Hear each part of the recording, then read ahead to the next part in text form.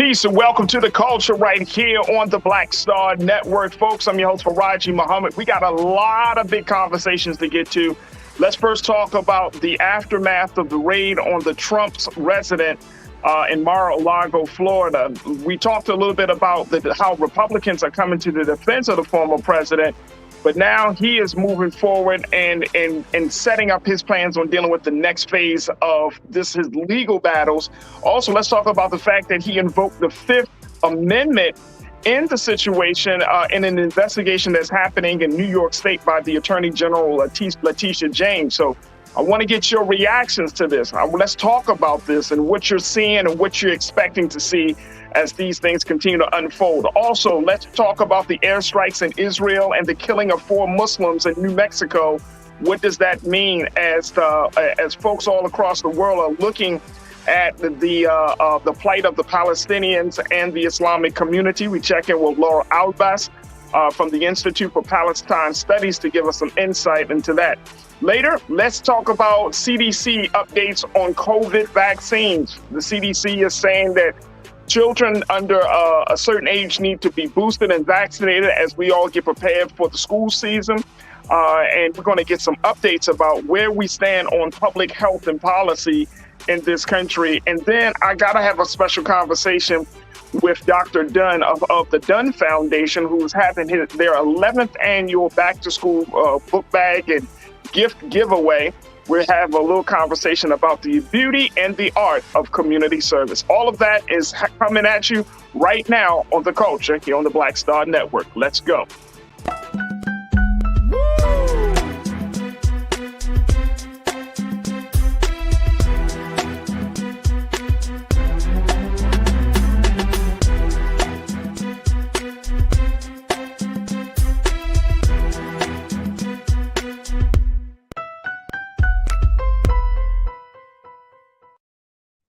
Folks, welcome to The Culture. Thank you so much for tuning in to the Black Star Network. Make sure y'all show your support for the Black Star Network at blackstarnetwork.com, as we are unapologetically unfiltered Black media like you've never heard before.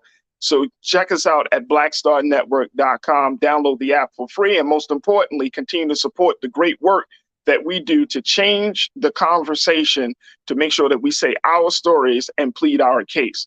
Folks, the first conversation, speaking of which, that we're going to have this afternoon is around former President Donald Trump. Now, yesterday we talked about how FBI agents and the Department of Justice officials decided to move forward in retrieving some documents from the former president's residence in Florida in Mar-a-Lago. The president said that he felt like this was a Watergate moment. Republicans have rallied around the former president, even at their own I don't know, even at the craziness of trying to defend a man who continues to throw them under the bus. And the Democrats are saying that the Department of Justice is doing the right thing. So we've heard from all of these parties, but I wanted to hear from you. What are your thoughts on what we're seeing happening with the president and his legal battles? Now, this situation with retrieving those classified documents that were removed from the White House at the end of President Trump's time in Washington, this has been a situation that has been a long-standing situation, right? And as we reported yesterday, this was something that was after months of the National Archives requesting for those classified documents to be returned. And President Trump delayed, and essentially have not returned them, bringing the FBI and the Department of Justice into the conversation to retrieve those documents. 15 boxes. And as you can see the headlines here from the New York Post, never before in American history, the FBI searches a former president's home. Now, of course, former President Donald Trump thinks this is a whole situation where the Democrats, particularly President Joe Biden, is behind it. And he pledged and vowed that something will be done against the Department of Justice, against the FBI, against the Democrats. There's also been talks among the Republicans saying that they are going to move forward on getting some information from President Biden's son, Hunter Biden, and trying to see if they can retrieve some documents because of his business dealings. Now, speaking of business dealings, one of the big things that President Trump is now embroiled in is an investigation into the business practices of his Trump organization in New York State, where Attorney General Letitia James, a Black woman, is leading the charge against the former president. In that deposition that was given earlier today, the president then said that he would invoke the Fifth Amendment. And basically declined to answer any questions about the business practice or the financial dealings of his own company. So where does that put us? Where does that put you as the electorate, put us as a constituent? What do you see happening with this whole situation with President Trump? Do you think this is going to cause a situation where many people across the country are going to see Trump for who they really are? Or will this cause a situation where it will embolden the Republicans? It will embolden the Republicans to galvanize around the president and a man who has taken their party into a much more destructive path that it might actually give them the momentum that they need for his presidential run for 2024. I want you to join us and post your comments in our YouTube chat and on our Facebook page, and let's have a conversation about what we're seeing. Here's a couple of things that I saw, folks. Now, first with the raid situation, here's the thing that stood out for me. And yesterday we talked about how Republican leaders, Kevin McCarthy, the minority leader, and other Republican officials have said that they're going to use their power to wield some type of a blowback against the Department of Justice. Okay, but here's a tweet. And if you haven't seen this tweet, folks, but Mike Pence, I don't get it. And y'all tell me what you think on this very quickly. But Mike Pence put out this tweet yesterday over the situation that happened with the FBI going into Mar-a-Lago. Y'all remember, this is the former vice president of the United States. This is Trump's guy. But him and Trump haven't been on they haven't been on the right terms. Mike Pence tried to distance himself from Trump because of the January 6th situation. But then yesterday, he puts a tweet out, and I'm going to just have to just share this tweet with y'all, just kind of read it. He said, quote, "I share the deep concern of millions of Americans over the unprecedented search of the personal residence of President Trump." Look at this, folks. He said, "No former president of the United States has ever been subject to a raid of their personal residence in American history." This is Mike Pence, y'all.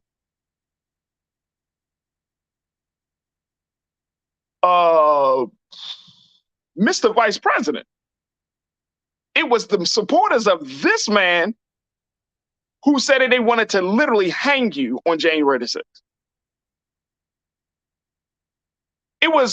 This is the same guy who made the decision, and this came out during the January 6th hearings, that while watching all of this stuff unfold on January the 6th, basically, when he heard the chant, said, I don't disagree.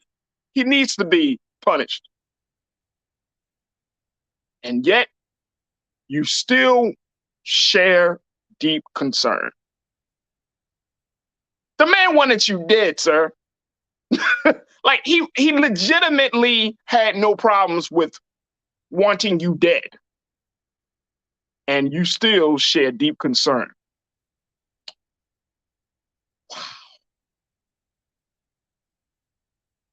Wow.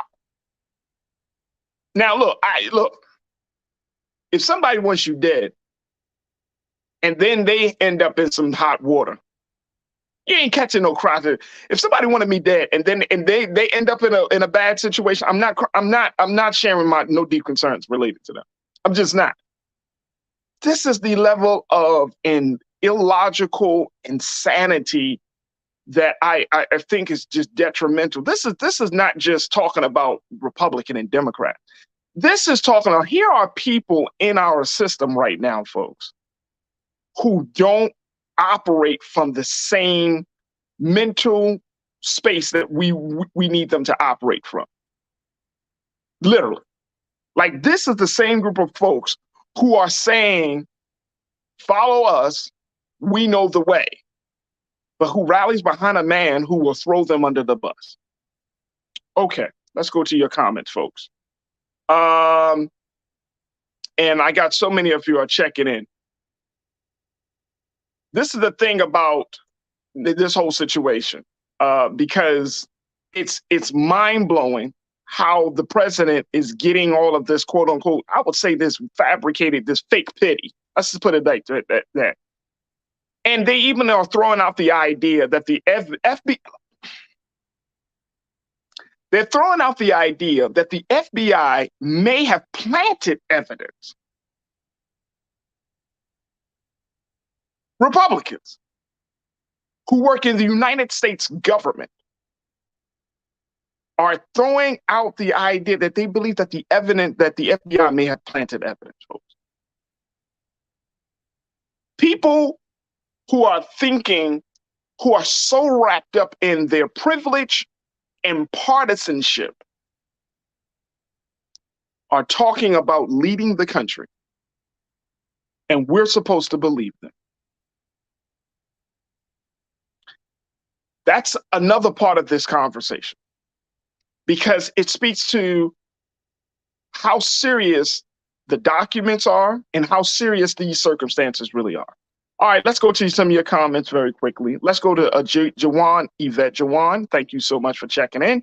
You say, look, I think Republicans are rallying around him because they're now afraid of their own dirt coming out from their ties to him. Yeah. But, more and more if I hear of Donald Trump, the more and more I'm getting mob boss. It just comes to my mind. It's just like, this dude is running mafia-style government. He's a mob boss. You don't want people to know how much money you really have. You don't. Every time the conversation about your money, your personal business comes into question, you get silent. You don't want people to know. You start to get your lawyers on the phone, all of that. But you want to leave this country. Jawan, thank you so much. I appreciate you. Good to hear from you. First on one of our new watchers. Damon, my guy. You say, of course, he's going to plead the fifth. He wouldn't show his taxes after all these years. Exactly. Of course. Why would he? Trump has been getting away with this stuff for years, folks. Years. Y'all know it. Look, some of you are older than me, right? You know it. He's been doing this for years. Look, when you listen to Forbes or any of these financial magazines, publications, any financial reporter, no one can definitively say how much he's worth, how much money he got, how much money does his company bring in. There's always these questions, these gray areas, this mystery about President Trump and his finances. And more importantly, there's always a mystery about how he says he's a billionaire or how he gets his money. Yes, some things has his Trump name on it, but the name is not that strong. His brand is actually taking hit after hit after hit during these past few years. Let's get to Chris. Chris said, Mike Pence, act like that man didn't try to get him killed. It's very simple. Belinda, you checked in. Belinda said, all the politicians crying injustices are shocked because this might just make them think twice about the long arm of the law reaching back for their asses one day. Exactly. All right, Will, you checked in and say, look, they all should be jailed for their complicity to this man. Right. Will Thompson, good to hear from you, man. Thank you so much for checking in. Mad Dollars Gaming. I love to hear from our new watchers, man. Thank you so much for y'all tuning in. Mad Dollars Gaming. He said, you said he committed treason and incited sedition, yet people or his sycophant follow him. They cannot be talked to. Leave them alone and vote. It is important. Well, let me tell you, if they are expected, and they're putting this thing out, Mad Dollars Gaming, they're putting this thing out like, yeah, the Republicans are going to win. They don't have to win, folks. They don't. And this is, for me, it's voting. Yes, that's important, but it's something much deeper. You're talking about leadership of a country that is evolving, changing, leadership of a country that has diverse interests. You're talking about leadership of a country that are dealing with both internal and external challenges and issues. And this is where the resources of, and this is how the heads of the leadership are thinking. Stan the Rams fan. So does Congress, thrown in jail. Yeah. Yeah. Yeah. And thank you, Stan, and Mad Dollars, thank you for checking in. The fact is, this is scary. This is scary. I don't know if we can emphasize this enough. This is not good, folks. This is not just, this is just normal political bickering back and forth between the Democrats and the Republicans. This is a state of denial that is so destructive. A state of denial about the truth that is blatant to the American people. So not only are you lying to yourself, not only are you as a party lying, but you're lying to the American people, and you want us to go along with this lie. And then if we don't go along with this lie, you're going to create a story to make it seem like we're crazy, when in fact it's you that's crazy. And that's the part of this that I think that we can't forget. That at the end of the day, these are the same people that want to get our vote, that want us to put their trust in them. These are the same people that want us to believe that they have our interests in their best interest. Doesn't work that way. It absolutely does not work that way. And making sure on our end as constituents and citizens of this country, if you are serious about democracy, and this is a whole different conversation from just saving democracy.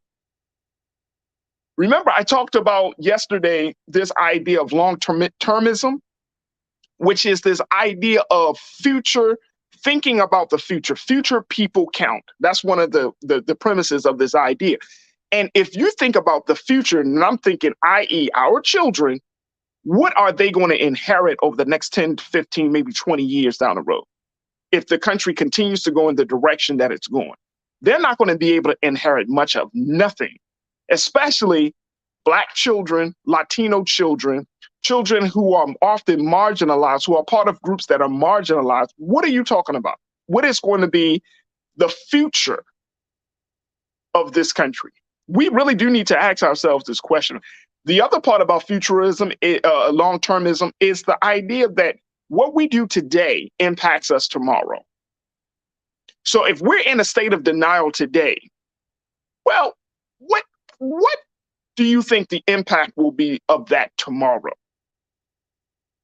As we wrap up, this is President Trump's statement to the press. Let's just put this up here, if you can, Keenan.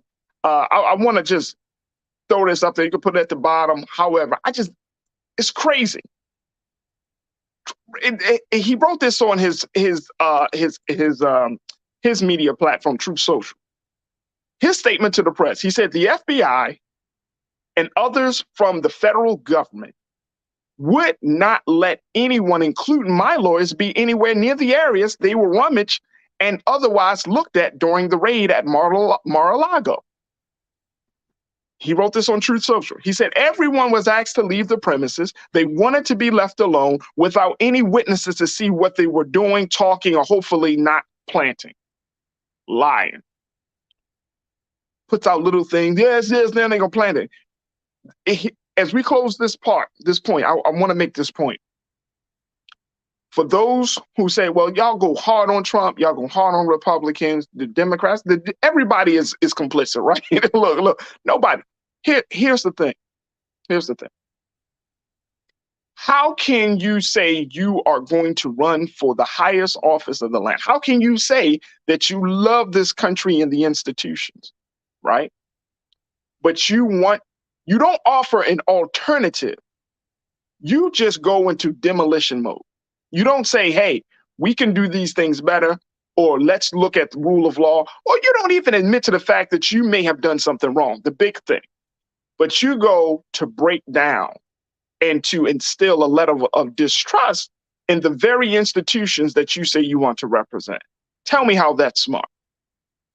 So you want us to believe that you don't trust the institutions, but therefore we should trust you as an individual who has a history of lying, a history of cover-up, a history of doing things that are illegal. You have a history, but you want us to believe you in understanding your context of the institutions that you want us to, that you plan to represent as president of the United States.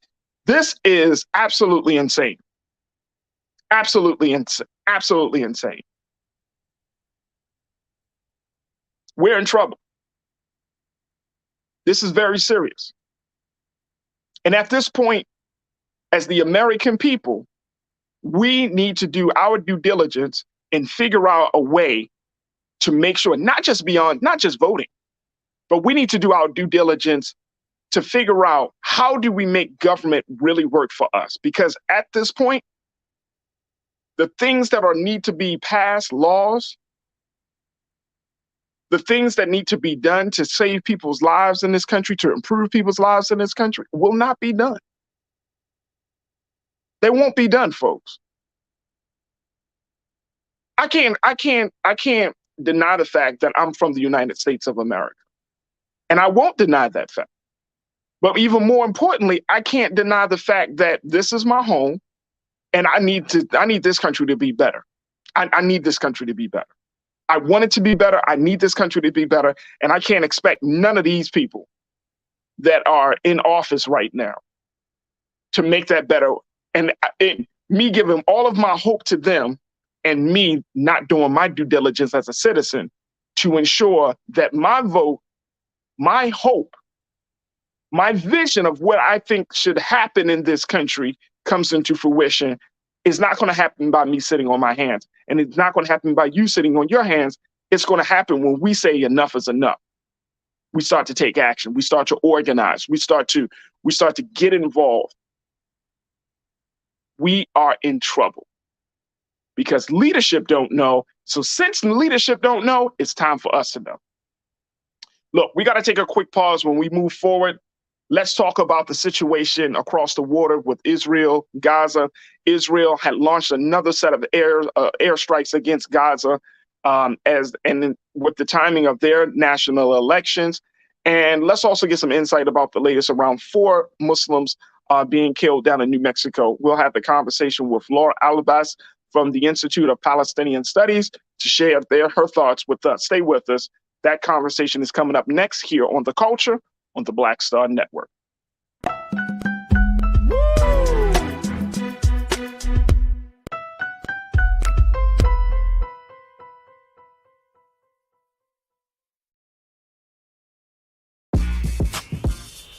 When we invest in ourselves, our glow, our vision, our vibe, we all shine. Together, we are Black beyond measure. Pull up a chair, take your seat. The Black Tape with me, Dr. Greg Carr, here on the Black Star Network. Every week, we'll take a deeper dive into the world we're living in. Join the conversation only on the Black Star Network. I'm Deborah Owens, America's Wealth Coach, and my new show, Get Wealthy, focuses on the things that your financial advisor and bank isn't telling you, but you absolutely need to know. So watch Get Wealthy on the Black Star Network.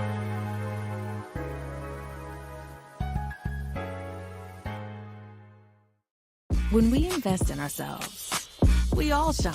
Together, we are Black beyond measure.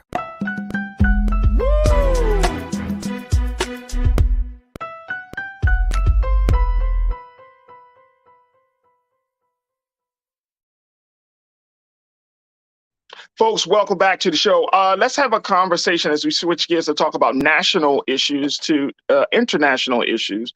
And we're keeping our eyes on how this situation between Israel and Palestine continues to unfold, as it was reported just a couple of days ago that a number of airstrikes have been launched against Palestine again. by Israel. These people with Palestinians responding in kind with airstrikes, and a high-ranking jihad leader was killed just a couple of days ago. When we look at this situation, many people are wondering, will there ever be peace in the Middle East? And this is a long, long questions with big conditions, and the relationship between Israel and Palestine. To give us some insight into across the waters and the impact that it's making on the people, we are joined by my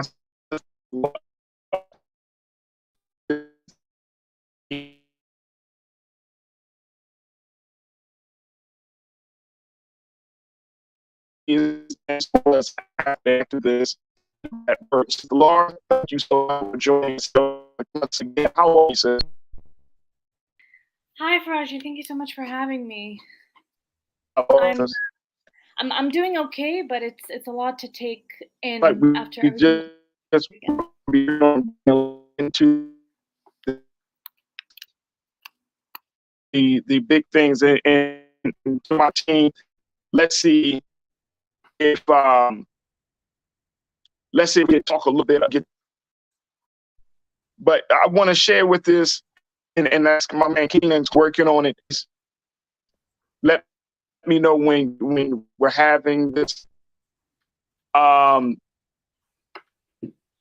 take a quick pause. When we come back to Laura, let's try to get our technical issues dealt with. Stay with us. It's The Culture right here on the Black Star Network.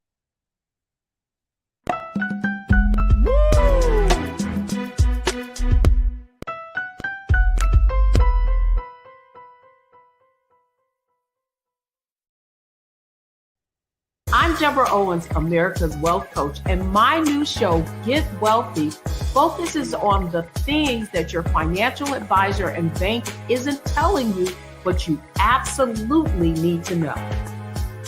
So watch Get Wealthy on the Black Star Network.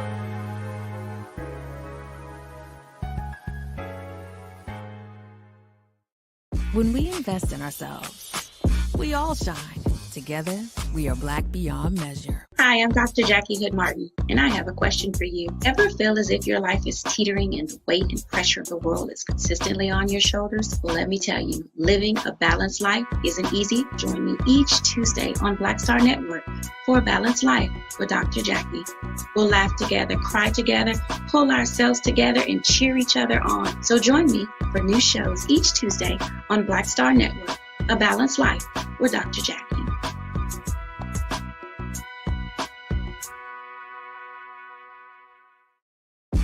When we invest in ourselves, we're investing in what's next for all of us.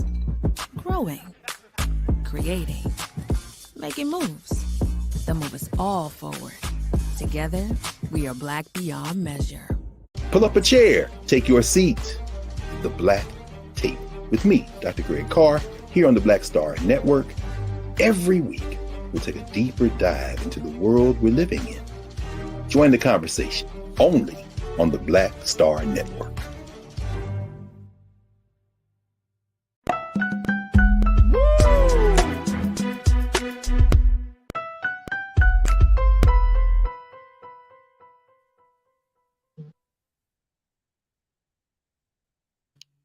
All right, folks, welcome back to the show. We just had to get through some technical glitches. Let's bring in my sister, my comrade, Laura Albast, as we talk a little bit about what's been happening with the latest set of the airstrikes from Israel to Palestine, the impact that it's making on the people, the killing of one of the jihad leaders there, of a high-ranking official, and so much more. Sister Laura, always a pleasure to have you on The Culture. Welcome back. How are you this afternoon?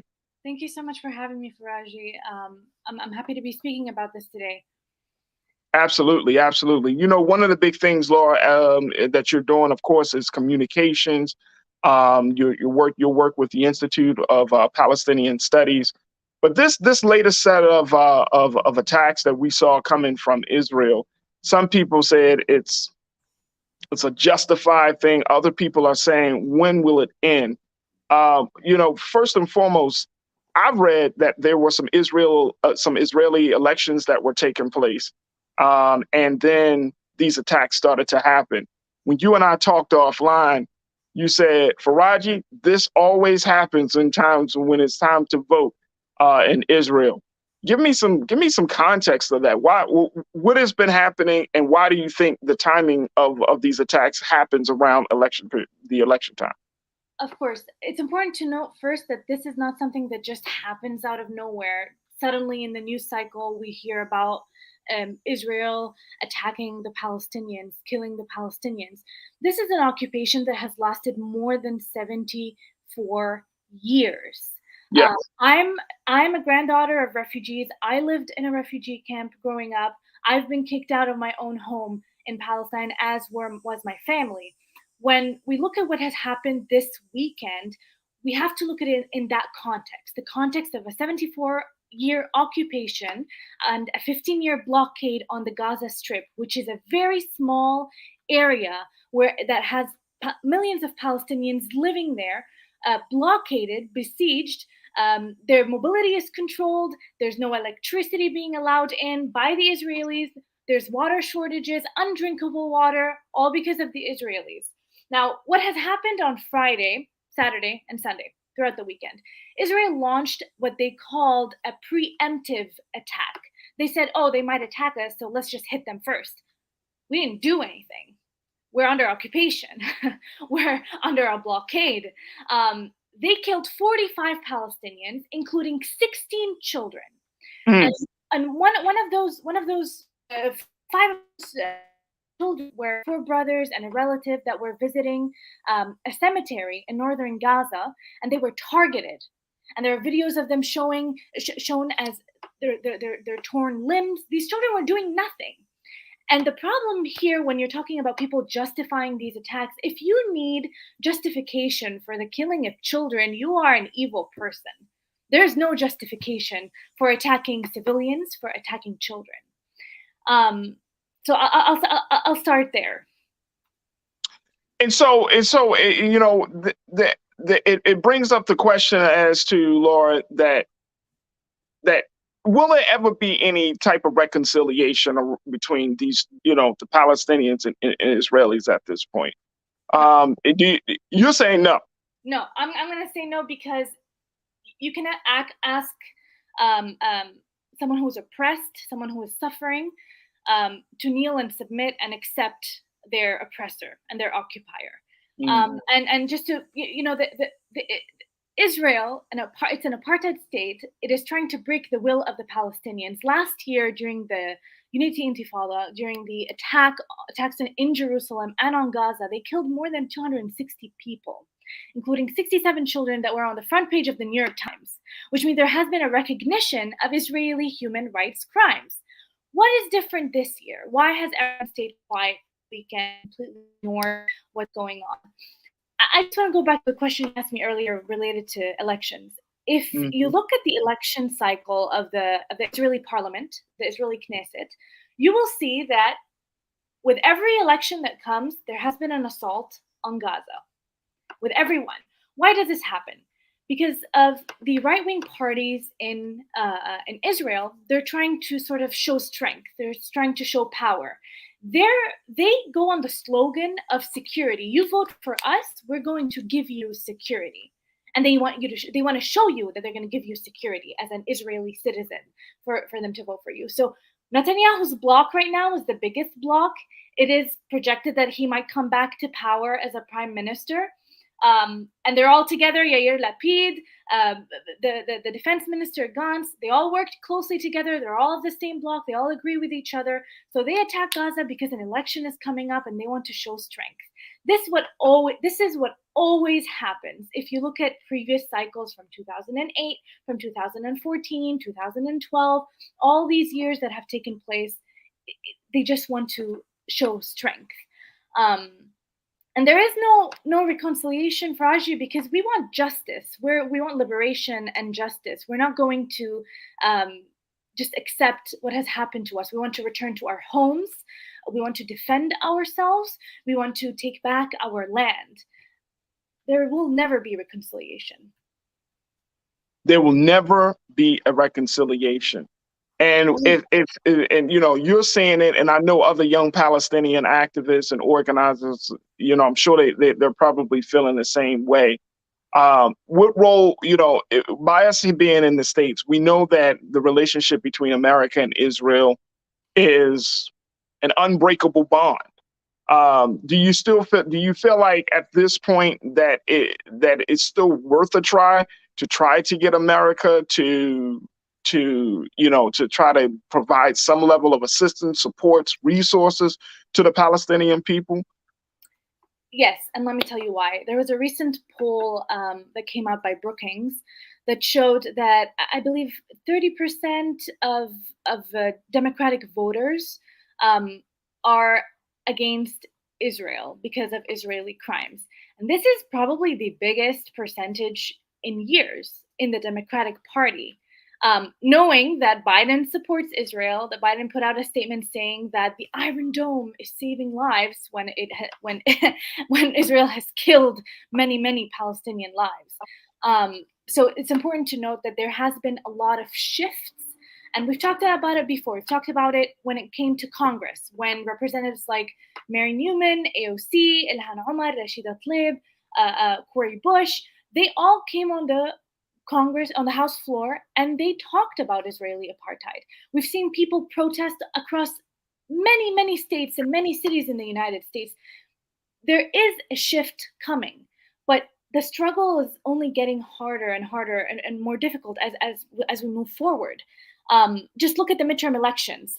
If you notice, almost every GOP, every Republican candidate, and a few Democratic candidates who are, part of the establishment, have tweeted, "We believe that Israel has a right to defend itself, and we condemn blah blah blah." It's almost a rite of passage to enter the Senate and to enter the House for these candidates, just to tell the Israel lobby in the United States that we're with you and we care about you more. And a different example of that is President Biden last month went to had a visit to the Middle East. Yeah. And when did he have his visit? In the midst of midterm elections, when the abortion rights of millions of women in the country have been revoked, and there were protests every day in front of the Supreme Court, gas prices were at their highest ever, and he has currently, and had at the time when he went, the lowest approval rating as a president. So he put the needs of Israel, of an apartheid state, and the needs of the Saudi government, another criminal state, on top of the needs of his own people in the United States. He just went there to show face with the Israelis, with war criminals in Israel and war criminals in Saudi Arabia, to maybe not shake hands with them, but to bump fists and to stay quiet as they show the world that we own this president and he's here for us. I think this is important. It's very important to look at. And it's also important to say that he was doing the bidding of the Democratic Party and the Israel lobby. He's not the president of the United States. He's a president that's only doing the bidding of other organizations and other groups that want to have influence in the United States. And he's not running in 2024. I don't think Biden is running in 2024. So Laura, he keeps saying that he is. I don't think he is. I think he's done. I think Biden's done. I think so too. And it's unfortunate that in 2022 we still haven't been able to resolve the question or the big concern around Israel and Palestine. That in 2022 you have the United Nations, you have NATO, you have all of these different kind of like coalitions of countries, and blood is still being shed in that part of the region, in that part of the world. It seems like every single day with no resolution in sight. There might be, a ceasefire for a couple of days, a couple of weeks, but then the violence starts right back up again. And I think that it's weighing, I know it's weighing on the Palestinian people. I know it's weighing on the Israeli people, and folks across this country are just trying to figure out, like, what do I do? How do we deal with this? But I want to kind of get your thoughts very quickly on the killing of the Islamic Jihad leader Khalid Mansour, who was killed as a result of the airstrike on a building in Rafah. Talk to us a little bit about Khalid and what role he played, and how will this killing impact the larger conversation about Israel-Palestinian relations? Farajii, the goal is not to target Palestinian armed groups who are resistance groups fighting back because nobody else is fighting for us. The United Nations is not fighting for us. The US is not fighting for us. Even our own brothers in the UAE and Morocco, who have normalized relations with Israel, are not fighting for us. These groups do not have American weapons. They do not have freedom of movement. They do not have electricity. They don't have billions of dollars of aid from Europe and the United States that are going for services to the people and going to the Iron Dome and to Israel. They're people. They're not groups. They're people who are fed up of being under occupation. They're people who are fed up of being under the blockade. The Palestinian people are the ones who are suffering. And the fact that news media keeps focusing, oh, look at this armed group, look at this militant group, they're disregarding that there are millions of people living in Gaza, that are living in Palestine, that are suffering from the Israeli occupation. Israelis are not targeting armed groups, they are targeting the Palestinian people. They go out and say, oh, we targeted this Islamic Jihad guy and we targeted this militant. But the real story is they killed 45 people who are civilians, including 16 children. That's the real story. That's what we're looking for. They use it as a justification so that people abroad in the United States and politicians don't go out and say, oh, why did you kill these children? Oh, we were just targeting quote unquote terrorists. If we look different and have different names, and we live in a different continent that most Americans probably can't name, that does not mean that we are a threat. That does not mean that we are a threat. And what I want to also come back to is, violence doesn't flare up. It's always there, right? A ceasefire came out a few days ago. Yeah. But today they killed a bunch of people in a raid in the West Bank, and they did that yesterday as well. That did not stop. That does not stop. And in fact, a few days before the strikes on Gaza, they had raided the city of Jenin again, the same city where they murdered Shireen Abu Akleh, the Palestinian journalist correspondent for Al Jazeera. The same city. They went back and raided it and killed a teenager, a 16-year-old teenager. And you talked a little bit about reconciliation, and the reason I say there's no reconciliation, I'm going to bring South Africa into the mix. We look at South Africa. We look at the Truth and Reconciliation Committee that came afterwards. South Africa is still in a terrible economic state for Black people and people of color. The government of South Africa is pushing for justice. They're pushing for economic equality. They're pushing to punish the perpetrators of South African apartheid. This is what we want. We want accountability. We want justice. We want to be able to move. We want to be able to be free. We want to be able to not cry over and have funerals for people who are killed, for our families, for our homes that are destroyed. Gaza did not recover from the May attack in 2021. They are still rebuilding after the rubble, and now they have to rebuild again. One last thing, the United States and how the media covered the killing. Actually, I'm just going to stop there. Let me see what you have for me. No, I get it. I mean, this whole situation continues to unfold. And my final question, Laura, is when we look at, how everything is playing out on the Ukraine-Russian side, right? There's been the amount of money, we're over 40 billion that's there. With it, military equipment has been given. Political support has been provided by the United States for Ukraine. And there is more of a concerted effort to get that war over quicker than it is between the Palestinians and Israelis. And I'm just wondering, just from you as a woman who studies like international, the relationships between countries, what does that say? What does this recent conflict with Russia and between Russia and Ukraine say about this long-standing conflict between Palestine and Israel for you? For me, I don't like relating them. I feel that they are separate. I think the only thing that they should relate the way they're perceived internationally by the media. The media covered the resistance of the Ukrainian people against the invasion of Russia as a triumph, as something to celebrate, as something to look to. They started filming how they were creating Molotov cocktails, sending away their men to fight the Russian army. But when the same thing happens in the Middle East, when the same thing happens in Palestine, there's an invasion 74 years ago, there's an occupation, a blockade, and people are fighting back, it is not perceived in the same way. And, just talking about communications, talking about the media does not cover Palestine or the killings that happen in the same way that they cover it when there's a quote unquote a flare-up or an attack that has taken place between Gaza and Israel. The media is looking for a story that's going to make you excited, that's going to make you just click on it. Oh, what's going on? Let's look at this very pop culture, entertainment-esque, Hollywood-esque style conflict that is happening, and let's look at it. But they do not cover the killings that happen every day.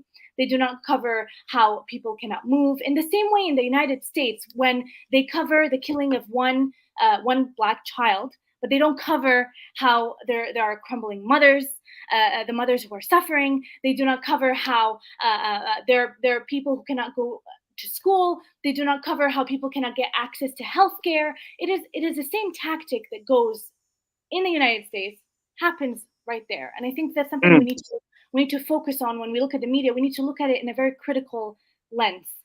What Absolutely. are they not telling you? What are they not telling you? And why are they only telling you this right now? Do they really care to give you the information that you need to know? That's a great question. That's a great question. And, Laura, on this show, especially, we're always trying to raise the questions around context, right? Around understanding a situation from all sides. And there are a lot of people that, I see some of the comments that are coming in about this whole discussion and about what's, what about the situation between Israel and Palestine. And I just feel like, we're so bombarded with one form of propaganda on this side that we really don't know. We don't know what it's like to constantly be under occupation for 30 and 40 years. We don't, in America, and I'm saying that as Black people, of course, we've gone through slavery, and of course, we're dealing with, systemic injustice and systemic racism. But we're talking about bombs dropping. Like just what that does to the psyche of any human being. That you could say, okay, it's a Sunday here in America. We don't have bombs dropping every so often. Whereas in that part of the world, in Palestine, and you can go to a marketplace and you don't know if you're going to come back home. And you know what I'm saying? We don't know. We don't know that if I mean, just to put it in perspective, we don't know. And there's a little bit of privilege. I mean, there's some privilege here in the United States that you can speak out against the government. And that's just one of the great freedoms of this country, right? You can speak out against the government, the injustices of the government. You can organize and rally without the government responding always in kind and violence. There's we have a platform and there's a space for that. In other countries, it's not like that. Yeah. And I think that a lot of us in this part of the world, we tend to take that for granted or overlook the fact that those freedoms are afforded to us. Yeah. But you also have the power. It's your tax money that's funding the killing of Palestinians. As an American, $3.8 billion of tax money goes to the Israeli military, not aid, it's to the military. And you mentioned how PTSD, there's trauma there. There's something that the Israelis refer to as knock on the roof. And it's basically send a small rocket on the roof of your house to alert you that in 2 minutes, we're going to bomb you. So get the hell out. Right. Can you imagine how that makes a child feels to just live in constant terror? Yeah. And they say, oh, we're it's a humanitarian thing. We're trying to warn them. You're not warning them. You have destroyed their home. You have killed them. You've killed their future. Wow. Laura, it's always a pleasure and a real honor to talk to you. I know you're doing great work. Is there any particular any new writings that you want us to to kind of put some emphasis on as you're doing the work of putting out messages and telling people the other side of this story between Palestine and Israel. Yeah, what you got for us? Of course, there's an article I think everyone who's watching might benefit from, just to learn a little bit about the Israel lobby and how they fund elections in the United States. And it's actually on the Institute for Palestine Studies website. It's about IPAC and how they really throw millions and millions of dollars against candidates just to make sure that candidates who support Israel go into power. I think it's important to look at that and just to keep listening to Palestinians, follow Palestinians, read Palestinians, listen to what they're saying. Give us space. You're doing that, Farajii, so I really appreciate you. Absolutely. I appreciate you, Laura Albast, and she's doing the work. And she's a Washington Post columnist. She's the senior editor for the Institute of Palestinian Studies, and doing the work of making sure that we have a full view, a full context of the story of the great conflict between Palestine and Israel. Laura, thank you so much for being on the show once again. We appreciate you. Thank you so much. Absolutely. Folks, we got to take a quick pause. As we move forward, let's talk about the CDC. Let's talk about COVID-19 vaccinations and where we are. Let's have a conversation about public health. Stay with us. That discussion is coming up next here on The Culture on the Black Star Network.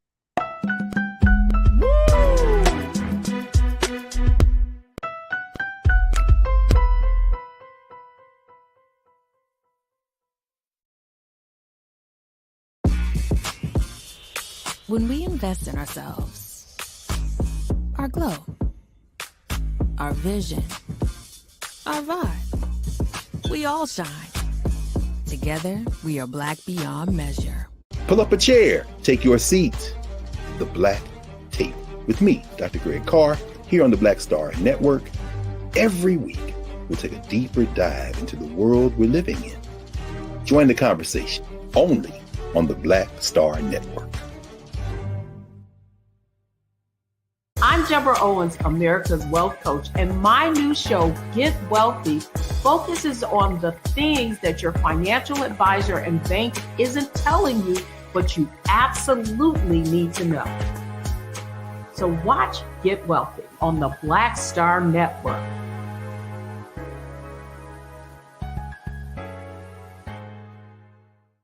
Hi, I'm Dr. Jackie Hood Martin, and I have a question for you. Ever feel as if your life is teetering and the weight and pressure of the world is consistently on your shoulders? Well, let me tell you, living a balanced life isn't easy. Join me each Tuesday on Black Star Network for a Balanced Life with Dr. Jackie. We'll laugh together, cry together, pull ourselves together, and cheer each other on. So join me for new shows each Tuesday on Black Star Network, A Balanced Life with Dr. Jackie.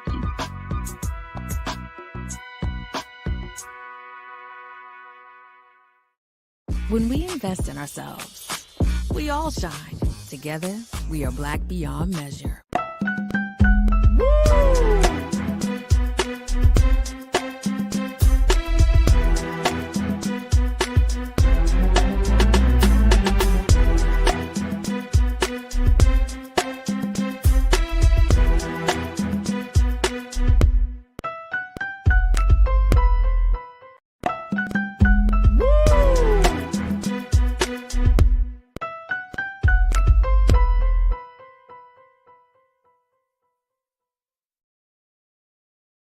I'm Deborah Owens, America's Wealth Coach, and my new show, Get Wealthy, focuses on the things that your financial advisor and bank isn't telling you, but you absolutely need to know.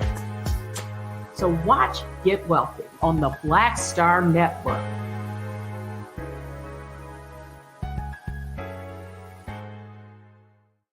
When we invest in ourselves, we all shine. Together, we are black beyond measure. Hi, I'm Dr. Jackie Hood Martin, and I have a question for you. Ever feel as if your life is teetering and the weight and pressure of the world is consistently on your shoulders? Well, let me tell you, living a balanced life isn't easy. Join me each Tuesday on Black Star Network for a Balanced Life with Dr. Jackie. We'll laugh together, cry together, pull ourselves together, and cheer each other on. So join me for new shows each Tuesday on Black Star Network, A Balanced Life with Dr. Jackie.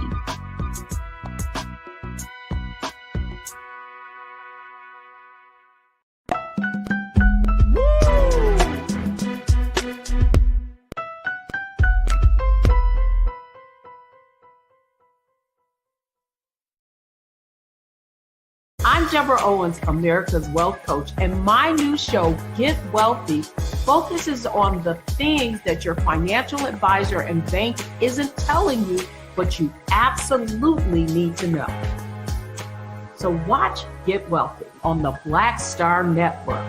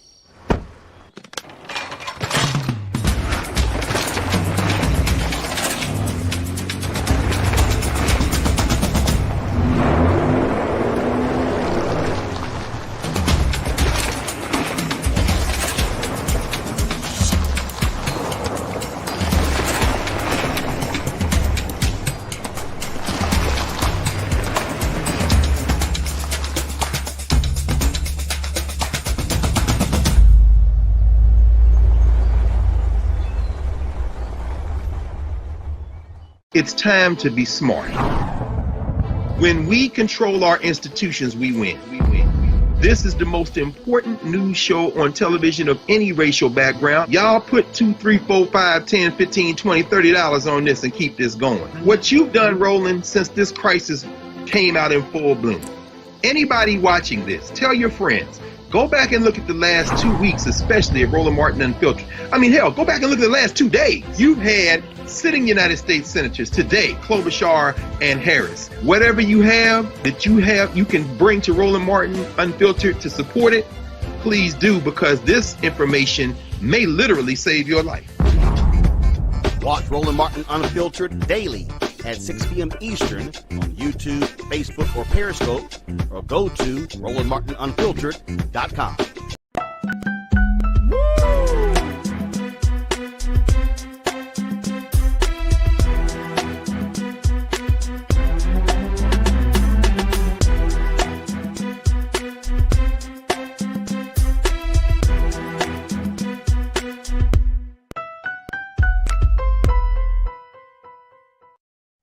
Folks, welcome to the second hour of The Culture right here on the Black Star Network. Thank you so much for tuning in. If you missed the first hour, you missed a great hour as we kind of got your reactions to the latest in the Trump investigation, from the raid of the FBI on his Mar-a-Lago property to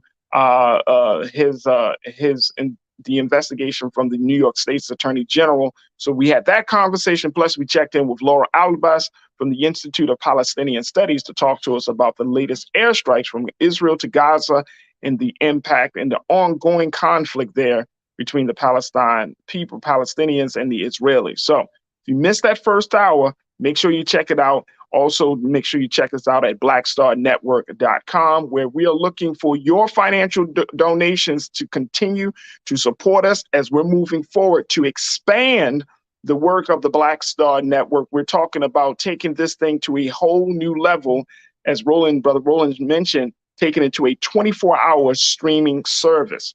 So if you want to be a part of this history-making move, then definitely show your support at blackstarnetwork.com. All right, folks, for our next discussion, we wanted to have a conversation around COVID-19 and the vaccinations and more updates from the Centers for Disease Control, the CDC. Joining us right now is Mr. Robert Bailey, who serves as the Public Health Program Specialist with the CDC. As we're talking about how do you prepare children to go back to school with recent rising cases of COVID-19 and so much more. Mr. Bailey, thank you so much for checking in and being with us this afternoon. How are you today, sir? I'm doing great. Thanks for having us. Absolutely, absolutely. Mr. Bailey, first and foremost, let's talk about where we are with COVID-19, because now it seems like public health is the number one issue. Again, it's been a number one issue throughout the year. But with this rise of monkeypox cases, now there's been some talk about polio is kind of coming back into the picture. Where are we with COVID-19 and handling this situation? Yeah, well, thanks again for having us on to be able to talk about this with your viewing audience. And so, as you know, since the COVID-19 pandemic started, thousands of children and youth in the United States have been hospitalized and hundreds have died. And so we're here to remind people that you have the power to protect your children against COVID-19 and severe illness.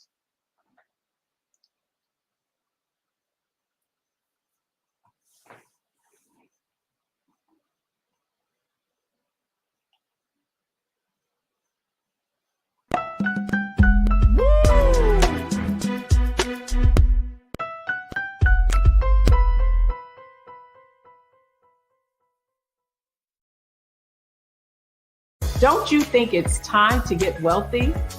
I'm Deborah Owens, America's Wealth Coach, and my new show on the Black Star Network focuses on the things your financial advisor or bank isn't telling you. So watch Get Wealthy on the Black Star Network.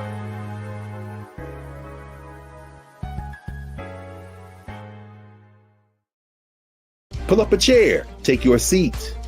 The Black Tape with me, Dr. Greg Carr, here on the Black Star Network. Every week, we'll take a deeper dive into the world we're living in. Join the conversation only on the Black Star Network.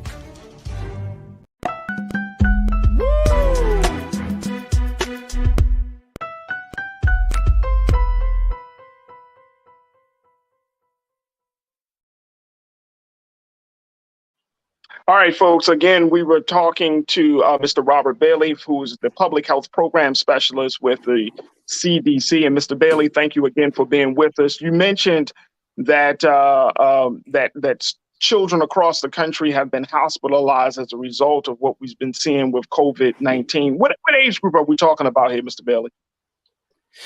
Well, we're talking from, if you talk to your pediatrician friends, from young babies on up through those who are going to college. It has affected all children because of the spread of the disease. As you know, right now, the incidence of or the number of cases, continues to be an issue. Some people have become laxed over these past few months because of thinking that everything was under control. But when you're dealing with an infectious disease, you have to stay vigilant, and that's the reason why now that children that are 6 months and older are eligible to be vaccinated, we're asking for them to get vaccinated because it's a key step in protecting the children and youth from getting very sick from COVID-19. So when we talk about these vaccinations, right, when we're talking about just in terms of the recommendations, there has been so many different things out there, right? And I think that, we've been involved with this pandemic for over 2 years now. And a lot of people have said, hey, the CDC is, and I, as a person that studied messaging and communication, people have said, I'm looking like, okay, what is the right message that we need to get across, especially to Black people and to marginalized communities and communities that have been impacted by COVID? What is the right thing, the right guidance? Because I feel like at this point, people are just saying, you know what, I'm gonna just have to figure this thing out on my own, because it seems to be a lot of mixed messaging on that. Have you? I'm sure you heard that in the sense we've been dealing with this pandemic, Mr. Bell. Yeah, absolutely. Misinformation has continued to be an issue. And from a communication standpoint, a messaging standpoint, that we live in a time where you can find information to suit whatever it is that you may feel about any kind of situation. And that's the reason why we encourage everyone to get the facts. It's great to talk with family and friends, but we encourage you to visit, www.cdc.gov for more information, because misinformation is going to continue, and only by educating yourself and listening and following the science is what's going to be able to carry us through this pandemic. All right, so let's talk about the fact that there have been a number of different forms of vaccinations. Of course, there has been the Moderna one, there has been Pfizer, Johnson & Johnson. Can I keep it real with you, sir? Oh yeah, absolutely. Johnson & Johnson, out of things that are the three top vaccine makers and distributors, seems to be like the one that has constantly having trouble. Why does the CDC still recommend Johnson & Johnson, even though we're still seeing signs of tampering? There's been evidence of just not handling the vaccine in the utmost care. Why is that message of Johnson & Johnson in particular still being put out there? Well, the thing is that we continue to follow the science. One of the things is that the vaccines were never compared to each other.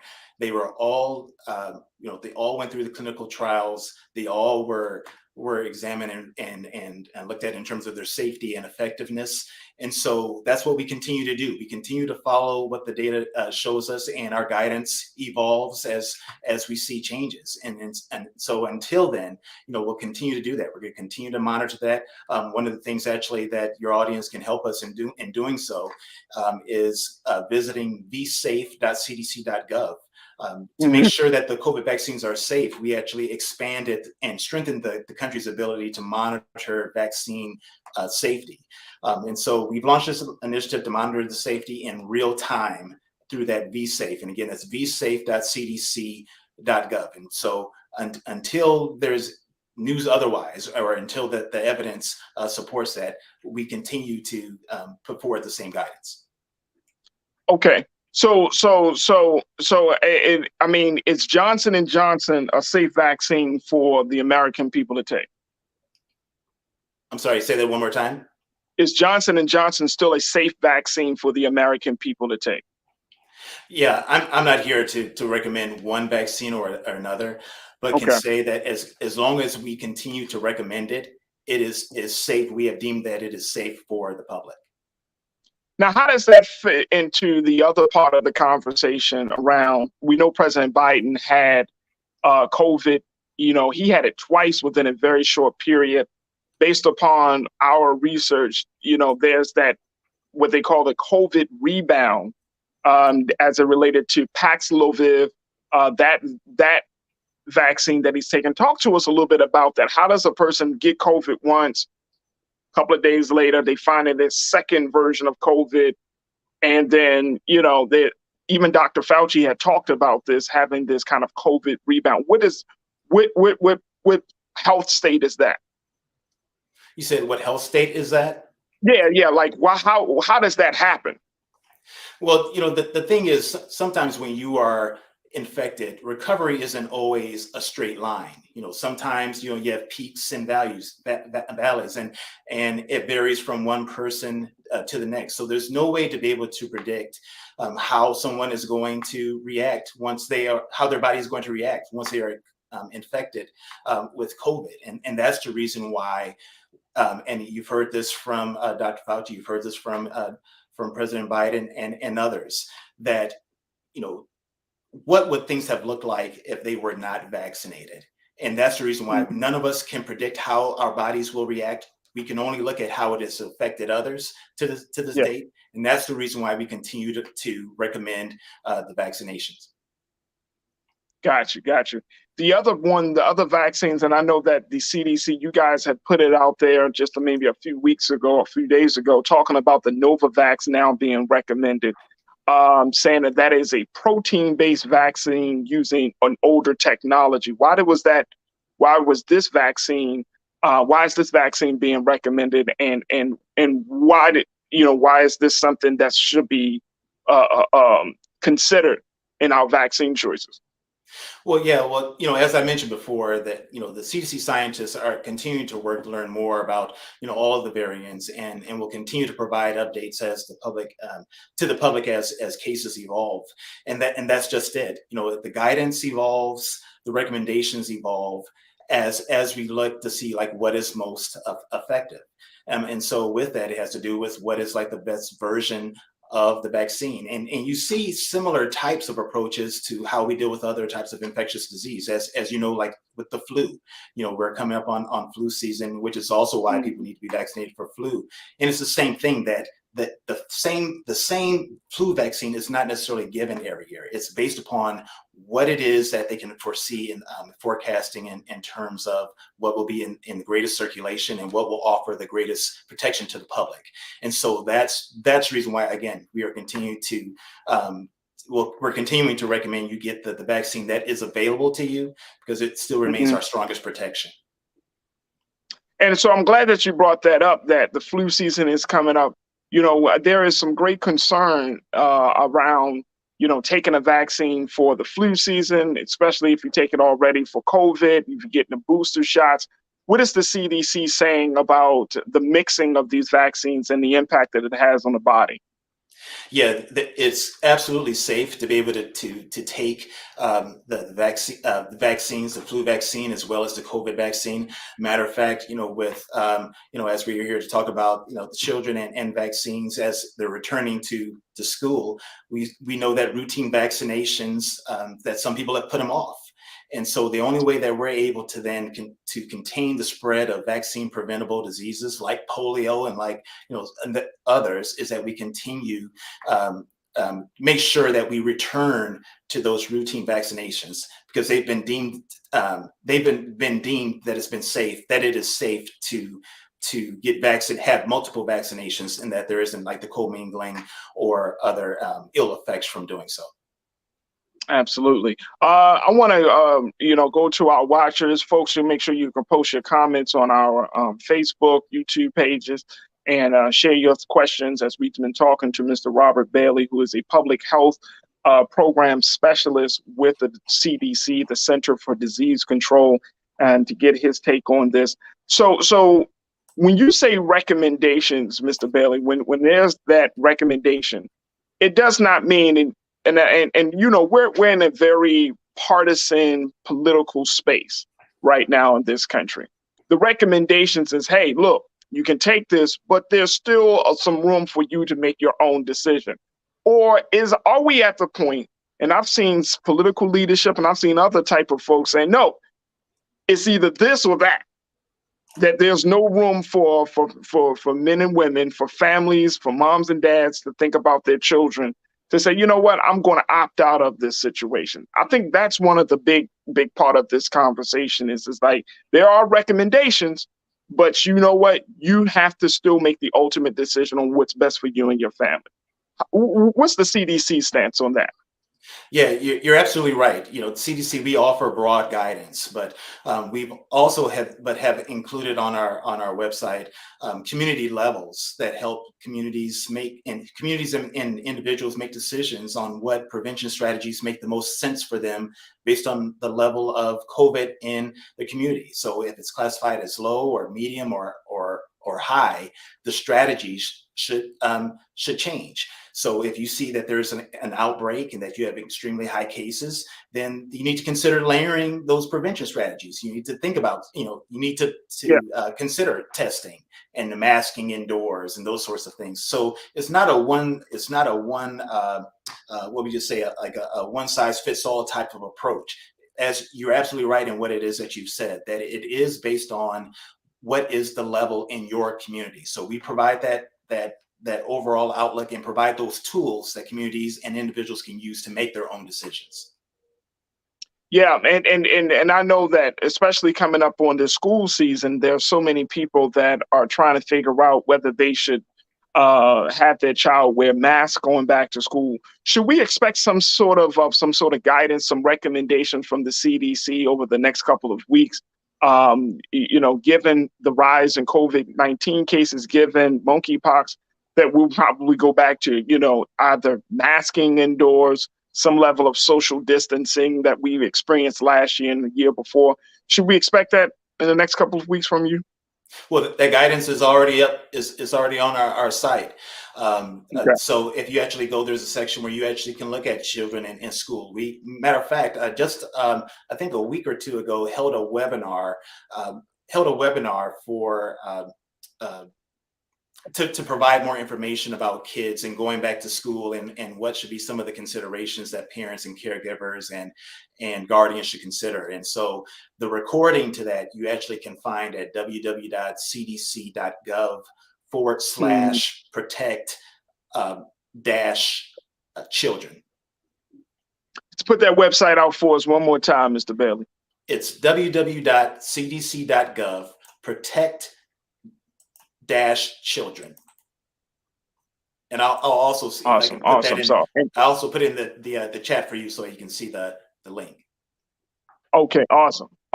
And I again, I appreciate the fact that, we can have a conversation. Of course, the COVID-19 has come from a public health space to something else.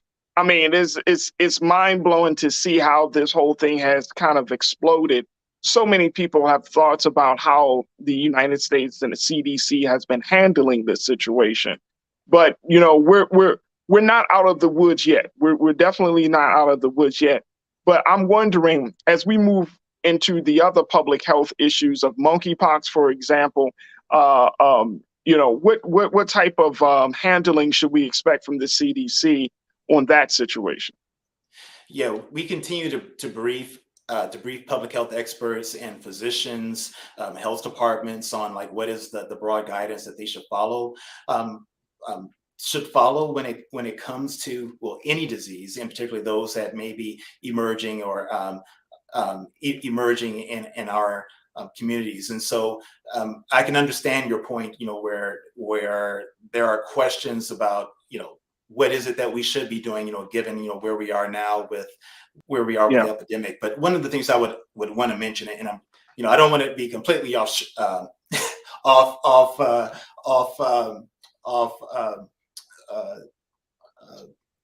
of whack for saying this, but in terms of sharing with you, and in terms of this being so important to the culture, and I love the name of your show. It's the thing that with public health, that the thing about public health is that individual decisions do impact others. And so the idea that, it can be your choice or not to get vaccinated. It can be your choice to wear a mask or to get tested. But the fact is that the decision that you make does impact others. That's the way that infectious diseases work. So if there's a lot of disease circulating in your community, the chances of you contracting it are higher, which is the reason why you need to do more to protect yourself. If there's less disease in your community, maybe you don't need as many layers of protection. But the fact is that the decision you make does impact, other people. And to that point, I think that comes from, yesterday we had a conversation or 2 days ago, we had a conversation here where we talk about, it's not just the content of what's being said, but it's also the medium by which that content is displayed. And I think that's the other issue, that there is a lot of distrust that people have of government institutions in general. And now that we are in a space where we have these various public health challenges, that people just say, you know what, the CDC has been coming out with mixed messages, or they feel like the CDC has come out with mixed messages. And I've expressed the same type of, concern and frustration as well. But, so it also speaks to, the fact that there has to be a level of trust that has to be established between the people and the institution in order for people to say, okay, I'm going to take these recommendations. I'm going to take this guidance seriously.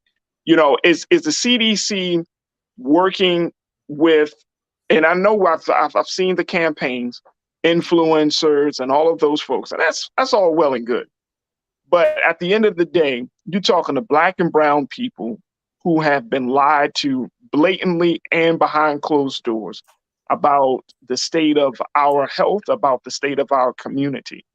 And there's some real trust issues. I mean, can you, and I know you can't speak to on a long-term situation, but can you speak to the fact of how does an institution restore the trust with the constituents, with the people that it's, supposed to serve? And because a lot of the burden is placed on the citizens, but from an institutional perspective, how does an institution say, you know what, there have been some things said that we weren't always good, that might not been in your best interest. So therefore, we're going to try to do something differently. What do you see happening to change that?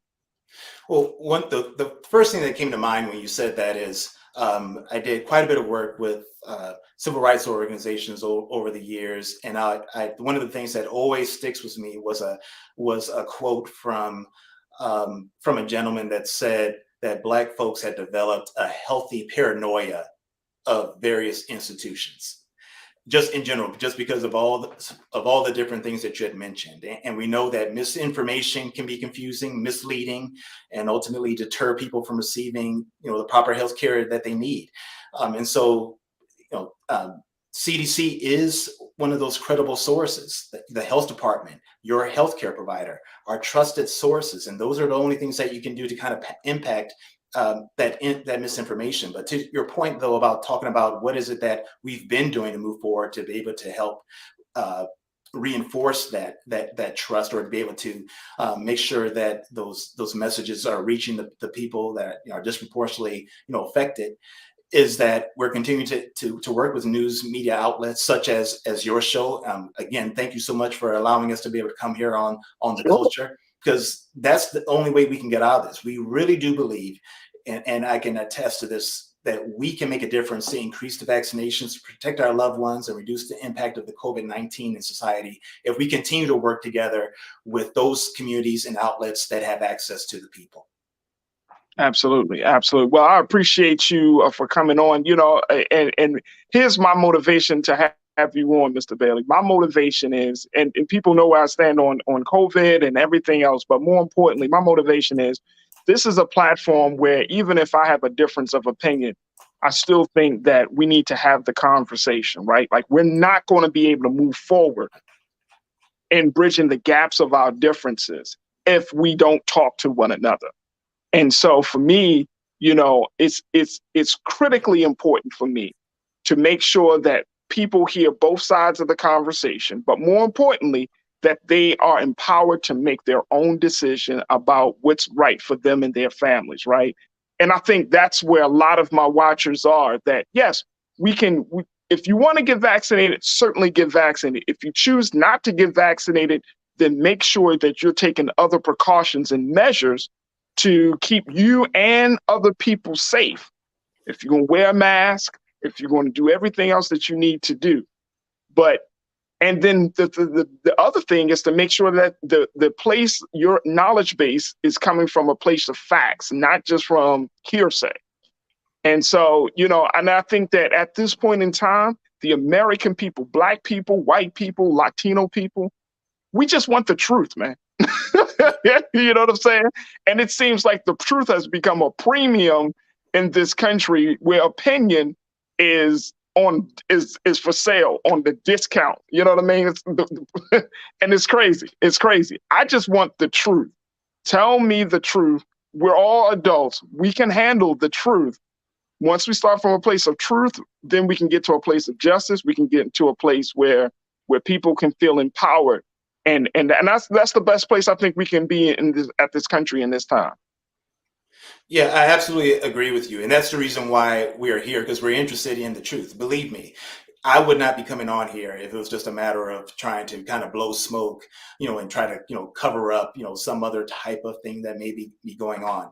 The things that we mentioned, the science matter, the data matter, and the recommendations continue to matter. And that's the reason why we're continuing to recommend that you get the vaccine that's available to you. My son actually just got his second dose of his vaccine just a couple of weeks ago. I'm also vaxxed and boosted, and I can tell you that. And the reason why I love the name of the show in terms of The Culture, because rooted in the name of the show being called The Culture is the idea of being authentic, and that bringing on here that being authentic voices that are going to be able to give you the information, give it to you straight. You again make your own decisions, but again, to your point, the thing that you can do once you're armed with that information is do the things that we know work. To be vaccinated, staying at home when you're sick, getting tested, or wearing a mask when appropriate, hand washing, covering your coughs. All these things that we know work for other diseases also work work for COVID. It may seem basic and it may seem redundant at this point, but we know that it works. The vaccines are working for everybody, including Black folks. And that's the reason why I'm here, and the reason why CDC is working with shows like yours, Ms. Mohammed, in terms of getting the information to the people so they can make the best choice for themselves and their families. Absolutely. There it is. There it is. Mr. Robert Bailey, who serves as the public health program specialist for the CDC. King Keenan, let's put that website on the screen for folks to get more information. See what the CDC has to say about getting your children in a healthy place, especially as we start the school season, folks. And I know it's CDC. Let me make sure we do it right. CDC.gov /protect-children. CDC.gov /protect-children. And of course, as we are looking not just what Mr. Bailey said, but also looking at the recommendations for schools and school districts across the country. Mr. Robert Bailey, we appreciate you for being on this culture here on the Black Star Network. We truly thank you, sir. Thank you. Appreciate it. Absolutely. All right, folks, we got to take a quick pause. When we come forward, let's talk to Dr. Dunn of the Dunn Foundation to talk about the 11th annual Back to School Drive and why it's important for us to never forget about the community we come from. Stay with it. That conversation is coming up next here on The Culture on the Black Star Network.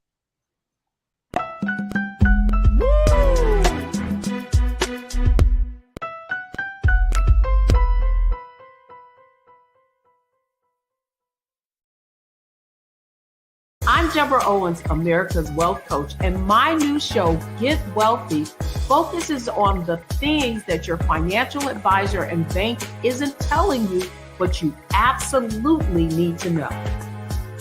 So watch Get Wealthy on the Black Star Network.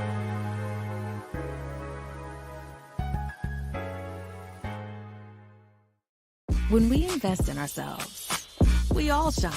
Together, we are Black beyond measure. Hi, I'm Dr. Jackie Hood Martin, and I have a question for you. Ever feel as if your life is teetering and the weight and pressure of the world is consistently on your shoulders? Well, let me tell you, living a balanced life isn't easy. Join me each Tuesday on Black Star Network for A Balanced Life with Dr. Jackie.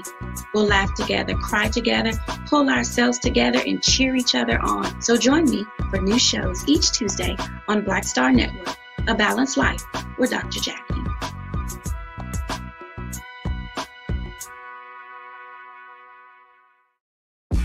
When we invest in ourselves, we're investing in what's next for all of us. Growing, creating, making moves that move us all forward. Together, we are Black beyond measure. Pull up a chair, take your seat. The Black Tape with me, Dr. Greg Carr, here on the Black Star Network. Every week, we'll take a deeper dive into the world we're living in. Join the conversation only on the Black Star Network.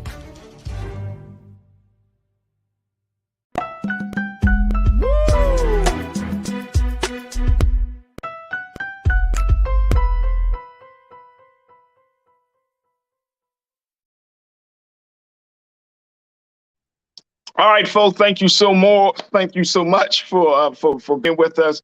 For our final conversation for today, we wanted to talk about the importance of community service and how you can start to do your part to give back. Well, this is something that the Dunn Foundation is planning to do as they are looking to host their 11th annual Back to School free book bag and supplies giveaway.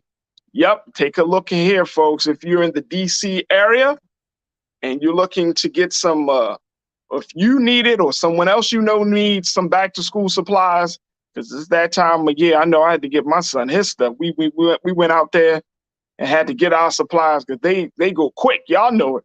They go quick. So make sure you check this out. What the Dunn Foundation is doing. They're going to be packing 1,000 book bags with supplies and bags of fruit to be given out at Iverson Mall in Prince George's County, Maryland. So if you're in the DC area, definitely come on out. We got Dr. William Dunn on the show to talk to us a little bit about the great work that the Dunn Foundation is doing in this area and the importance of community service. Dr. Dunn, thank you so much for checking in with us on the culture. Look at this doc. Doc got all the degrees on the back, but then look, he ain't got his doctor coat on today. Hey Doc, we got you on mute, brother. Oh yeah, let's get you off mute. We need to hear what you got to say. All right, do we got him? And folks, make sure y'all post your comments as we talk to Dr. William Dunn today. Make sure. Yep, I can hear you now, Doc. Yes. Yeah, I don't. I try to change the narrative. My story of how I got my doctorate degree is totally different than the average person. And plus, to change the narrative, there's a lot of young Black men who look like me. I love hip hop music. I came from that culture that we could be able to change the narrative. So when people are out in the community and see someone who looks like me and wonder, are they who they are? That narrative doesn't change. And when I was growing up, I was told, earrings in your ear and tattoos were kind of like taboo. It was all associated with more negativity, which it was, and that's what it was in terms of my dynamic. Right. Achieving my doctorate degree, which I chased it based on learning. Other than that, I'm a former athlete. I played college and pro basketball. I played in CBA, chased that for a while. So all of the core stereotypes of what one would look like, to be smart, to be educated, changing that narrative and what that looks like is part of that. So that's what you see here is what you get. Hey Doc, the show is called The Culture. So I love the fact that you represent for the culture the way you do, man. Brother, I love that. And more importantly, I love the fact that, you keeping that in mind from your past. And then you're like, look, we gotta change the narrative because I know, brother, that so many Black men, and I'm one of those who have been typecasted. Mm-hmm. Yeah. You know what I mean? Because of where we came from.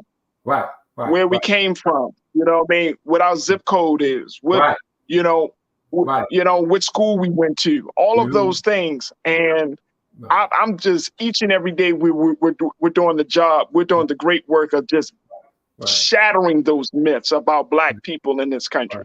Right. And particularly Black men. As I grew up between Virginia and New York City, I was involved in negativity, gang activity. If you want, I lost 3 of my friends before I was 21 to violence. I'm a product of a high school parent. I mean, all of the dynamics. My brother didn't graduate from high school, had a baby at 16. My sister went at 17. So all of the stereotypes of what my community, my family, and communities face every single day in terms of the Black community is still out there. And so the one thing that, I try to change the narrative about is learning, right? We know degrees is not for everyone, but learning is. And so I chased learning. I fell into this space, and I said I fell into it because, the competitive edge of me, I was in a class when I came out, I served in Iraq as well. So, part of that, what does an Iraqi veteran look like, right? What does a doctor look like? What does a smart person look like? We were all taught in our era that, people who look different and grew up in certain neighborhoods were smarter. We were just taught that. And we started to believe it. We started to believe that. They started to say, you don't want to become that. You want to become that, based on your environment, your community. Right. That still exists to this day, where there's a stereotype about what you should be like in terms of your success. The only success that we see in our Black community in terms of that, people who have grown is either they're entertainers, right? Jay-Z, Beyonce, millionaires, or we hear athletes, or they're intelligent. You need to present yourself a certain type of way. Their professionalism has nothing to do with your look. And so your learning curve, your education, your smartness has nothing to do with your look. As you know, I can tell you, neither brother Muhammad, we done all been around people, man, who wear suit and tie, man. It's not as intelligent, man, as they suit and tie, man, presenting to be. Right? So you know what I mean? So we know that, right? So but however, they can make us feel uncomfortable because of the environment that they're in. I'm a professor. So, there you go. What does a professor look like? Right. I come to class, the first day of class, I'm gonna tell a story that look just like this. you know, and then one just created a stereotype of who is this guy that's in class? Like, what is going on? Like, is he a class clown? Like, all of those stereotypes that will come with what a class will look like. But, you know, the moment I spoke, the moment I stated who I am, then, you know, in our community, it don't matter, right?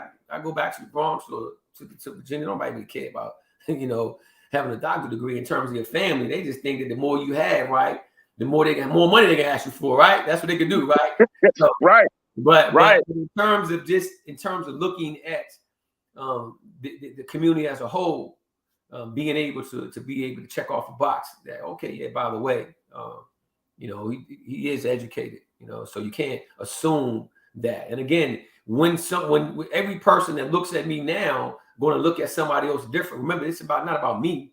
It's about changing, man, things that are larger than me. So there's going to be another young man that's walking out right now that may be dressed and has a hip hop, maybe a fitted hat or earring, or maybe you have tats. Who knows, man? But somebody's going to assume that there's something negative about this person without him opening his mouth.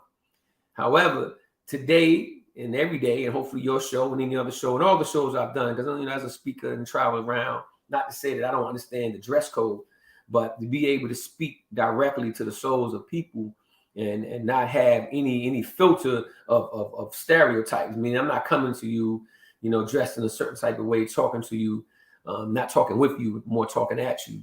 And I'm in an area where in our community, people who we saw that were successful, they tend to change their viewpoint. You know, it was more of what they did was they end up looking back and not reaching back. And that's a part of the foundation's core right there. Wait a minute, hold on. Hey, Doc, hold on, Doc. Wait a minute. You're dropping jewels right now, but that one's just hit me. Yeah. And our community, they're more concerned with, you said looking back, but not reaching back. Not reaching back. I got mine. I came out of there. Why they can't do it? Why they still fighting? Why they still got going on? Why the kids do this? Why is a parent acting this way? Why that? Why right? Forgetting the dynamics of where they came from. Me, you know, that's the one thing I'm gonna die doing this. Listen, I'm gonna die doing this right here. Right, changing my community, being able to, man, show that if we all just do just a little bit, man, we can change a lot. And you don't have to actually, man, to be on great status to do nothing great. And you don't actually have to have a whole lot of money, man, to be wealthy.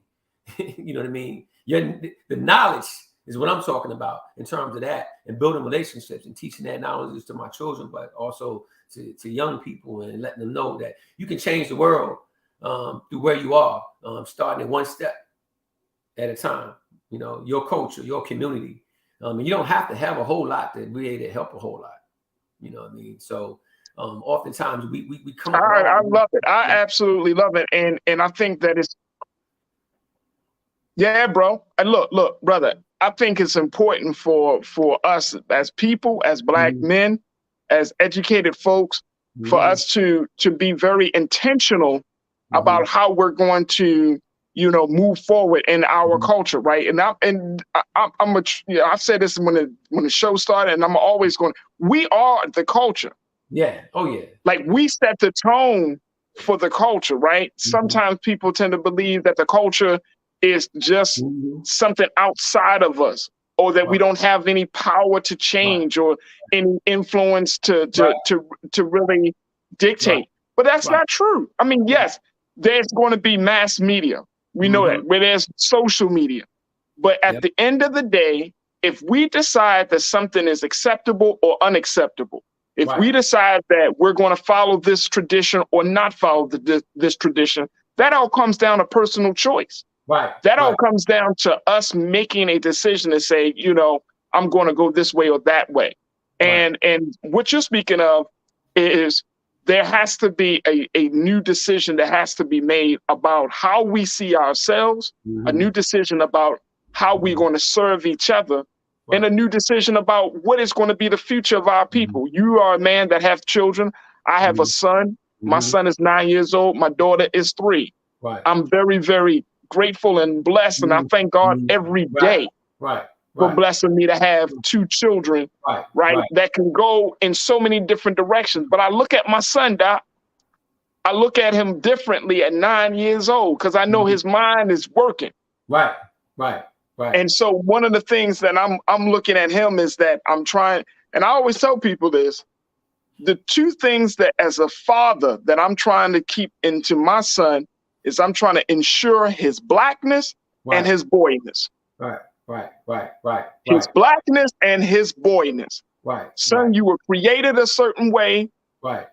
And be proud of who you are, what you are, and then we're going to start filling in the gaps. So that way, as a grown man, you contributing to society. You serving your community. Right. And I think it's so important too, especially in our Black culture and specifically with our Black men. You know, I'm constantly telling Black men, listen, you either carrying around a backpack or a toolkit. Most of us don't even know we need a toolkit, let alone know what to put in there. 3 out of 5 Black boys are waking up to fatherless homes. So you don't have a father that could be able, or a mentor or a man structure to be able to tell you that you need a toolkit and you know how to be able to deal with the storms that's going to come in your life. So you carry a backpack. So that means you're packing it, because when you come out the womb, your mom tell you about what you should do to take care of home, how you should treat a female, how you should make sure, how you should act, man, when the police comes across. Everything that you receive in your entire life, you talk to your son about things you need to be careful about. That has nothing to do with him and his soul or who he is. It's about things he got to be able to watch out for. So he carried a backpack, and over years that backpack gets heavy. So it could be a small issue that'll happen. All of a sudden, man, you know, just like when you filling up a jar and it's constantly getting filled with things, you don't have no moment to release. And so not knowing that you need a toolkit, right? Not you need that toolkit. And then what should you have in your toolkit? You know, should you have patience in your toolkit? Well, what does it look like? Should you have a conversation when you were struggling with something? Should you be able to know how to be able to deal with losses? How can you deal with things that don't go your way? How you can deal with things when you're doing the right thing and still bad things happen? You know, all those are tools. All those are tools that you have in your toolkit. And so, you know, I'm constantly trying to remind our young people that, you know, you carry either a backpack or a toolkit, and especially men. Come on. Especially men, right? Even older men. You know, I'm in my 50s, man. I never had a man ever talk to me about sex, to ever tell me about how to be a husband, how to be a good man in general. Why? Because they was taking it on the chin themselves. A lot of them were struggling. And when you think about the culture of our own community, man, especially when talking about Black community, male and female, most of the times the Black male just take it on the chin. If he hear that he ain't nothing, he think about he ain't being nothing. I always say that, you know, how can you expect a young man to ever get past negative if all he hear is negative? And so that's part of that toolkit. And that's that anger. That's that frustration. You know what I mean? And what do you do? Because storms are going to come, right? You need to know that you got to think about it. When we're out, just even our life skills, we know we need to have an umbrella. We know that the sun don't shine every day and it's going to rain, right? We know it's coming. We don't know what day it's coming, but we prepared for it. We got an umbrella somewhere. And our young men and grown men and older men don't have that. Don't even know that they need to have a toolkit first. And then they don't know what to put in that toolkit to be able to use, to be able to pull it out, to be able to have, you know, when you're having a confrontation, when you're at your job, man, and somebody's automatically, man, being able to assume something about you that's negative just based on your outer appearance. Do you have a toolkit? Do you know what tools to be able to use? Or you pack that in your backpack, and then you're gonna be angry about another job, right? You know, or when you have a loss and you made a mistake in a relationship with a young female or an older female, do you know how to recover? Do you have a toolkit first? And do you have tools and know how to say, man, how I can work on being a better man? Or when you're a father, man, that's trying to take care of your responsibilities, and all of a sudden, man, you lose your job, but yet you behind, as they say, you know, and you have someone that's on your back and constantly, you know, pushing you, or not telling you about your greatness, but more telling you about how the problems that you are right now. Not telling you, educating yourself. Like, listen, I teach my son. You know, I have four daughters and one son. My son was 9 years old, so walking to school every single day. And I used to talk to him about the 3 H's of life. I was like, what's the 3 H's of life? I was almost threatening to him. I wanted him to be able to have something that if anything happened to me, that he would be able to have that. Because we all know, man, that words have power. You know, that whole cliche of sticks and stones may break my bones, but words will never hurt us. That's not real life. Words got power. Words. There are some of us, man, who can't remember what we did last week, right? But we can remember what somebody said to us, man, 20 years ago. Like I can remember a principal telling me I won't go to. So we can still remember those words. And I would say, what's the 3 H's of life? And then, you know, I would just repeat it to him. Heart, hard work, humbleness. I said, son, you got to have heart to put hard work in. That's actually doing something that other people don't want to do or that you don't really want to do. I don't care what life you're in. You're in sports, man. You got to be able to get up, man, and do something. You got to go to work. You got to practice in. If you're in the classroom, you got to study with other people, man, are partying. You got to put work in. Like you can't be a complainer, right? And say you're a hard worker in the same sentence. They don't go together. They don't go together. You can't say you're a grinder, but you ain't putting no hard work in. They don't match. You know what I mean? You can't be a whiner. Right. A man that whines more than he grinds, right? That don't make no sense. Like, don't even match. But they say in life you shouldn't guarantee things, but I can guarantee you that when you put hard work in, man, there's something that's going to come up positive. Hey, it come on, brother. Starter on your team. It might be that you got that girl, man, that you've been chasing for a long time. It may be you got an A on your test. You may have got that job, man, that's making good money, bought that home and that car because of your hard work. But see, that's just as quick as you got it, you can lose it. That's where your humbleness got to come in. See, when you humble, man, you keep working. People who are not humble don't keep working. People who are content complain.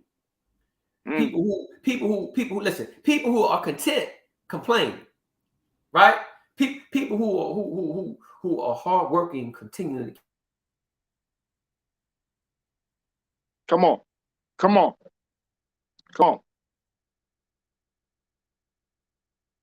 Man, oh man.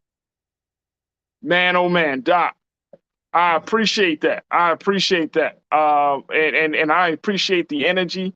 I appreciate the spirit in which you're sharing with us today. Man, oh man, I want to make sure we got our doc because hopefully we didn't lose him. Oh man, we lost our brother. All right, look, I want to get him back. When we let's take a quick pause. When we come right back, let's reconnect with Dr. Dunn of the Dunn Foundation. He's a professor, he's an author, he's a speaker, and we're going to get more details about the 11th annual back to school drive that they're hosting. So stay with us, folks. A little bit more left here of the culture on the Black Star Network.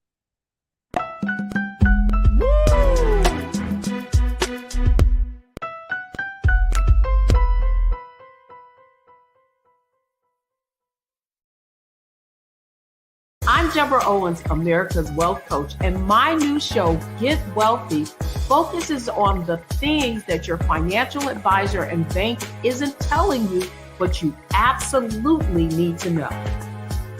So watch Get Wealthy on the Black Star Network.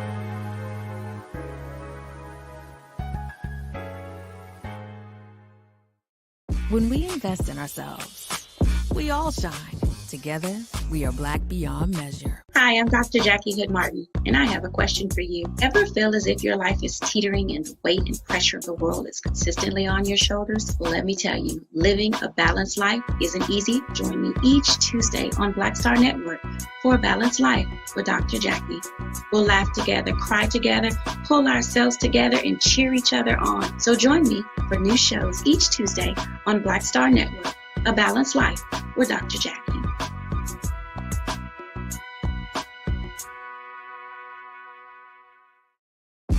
When we invest in ourselves, we're investing in what's next for all of us.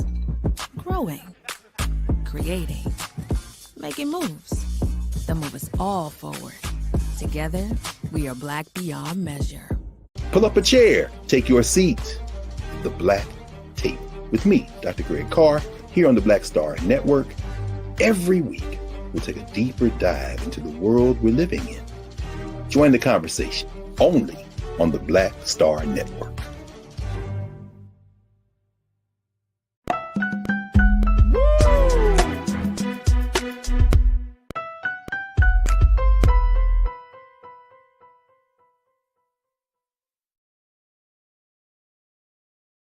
All right, folks. We just overcome a little bit more of the tech issues, and we truly appreciate all of your patience with us as we kind of work through the glitches. And I want to make sure that we have our good brother, Dr. William Dunn, He's a professor. He is an author. He is a speaker. And I wanted to talk to him about the 11th annual back to school drive that the Dunn Foundation will be hosting at Iverson Mall, folks. It's a great opportunity to connect with people from your community, especially if you're in the DC area in Prince George's County. It's a great opportunity to connect with people while at the same time getting your children prepared for the new school season. And if you're like me, and I said it before, start getting your school supplies now. I wonder how many folks got their school supplies already, because I did. My son got to get a couple of more clothing pieces. But in terms of those supplies, y'all know, you go to Walmart, you go to Target, you go to the dollar store or wherever, and those school supplies are gone, baby. And we don't want to miss out on the opportunity of sending our children back to school prepared.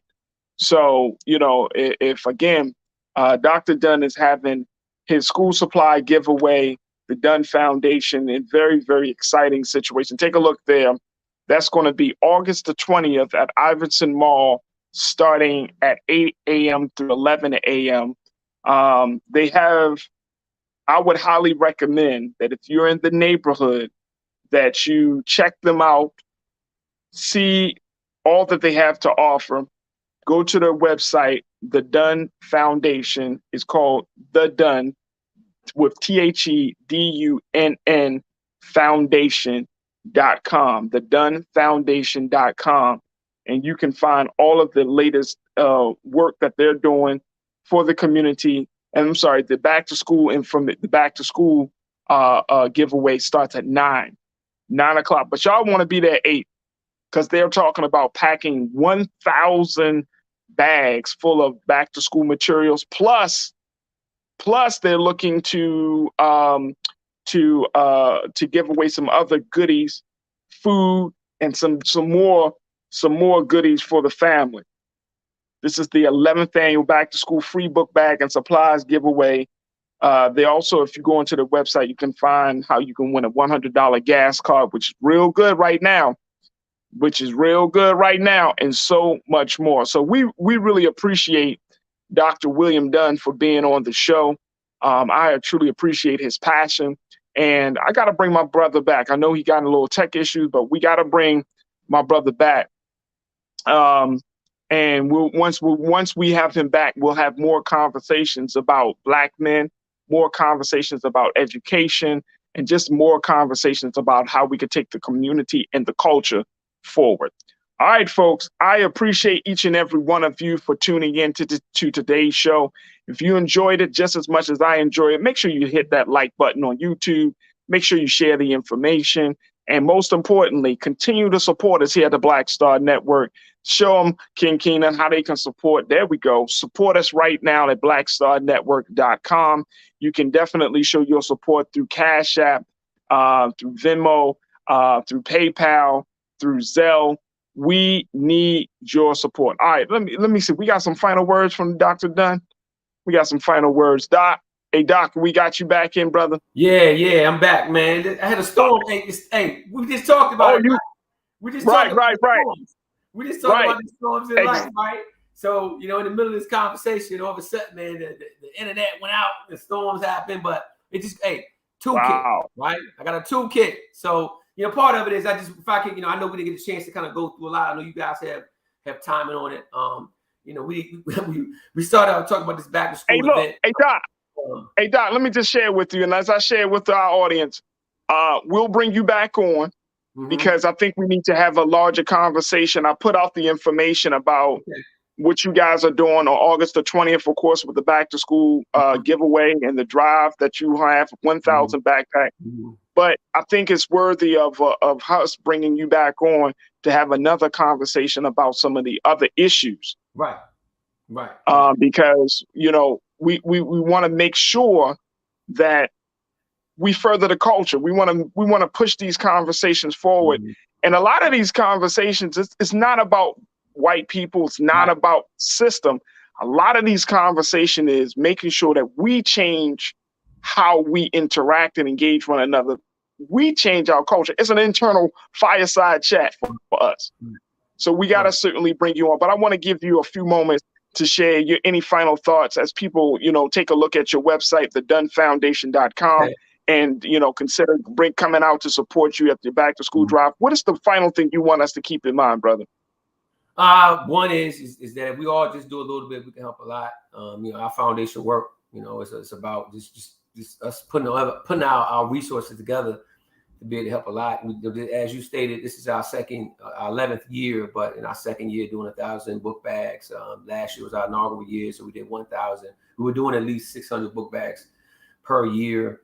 This year, we're doing 1,000 book bags in the drive-through. Even through the pandemic, even through the challenges, we continue to reach out and have our hands out to be able to support families any kind of way that we can, to be able to just do a little bit. We know how it is, during this time where if you can check off one box where you don't have to have a book bag and supplies as a parent, as as well, having, multiple children, all a little bit helps. So, that's part of our core right there. And so we encourage everyone to visit our website, the DunnFoundation.com, to learn more about what we're doing. We don't just have that. We have an annual turkey giveaway. We have a veterans initiative, a homeless initiative, a free college tour. People always ask about, these free resources and the purpose behind it.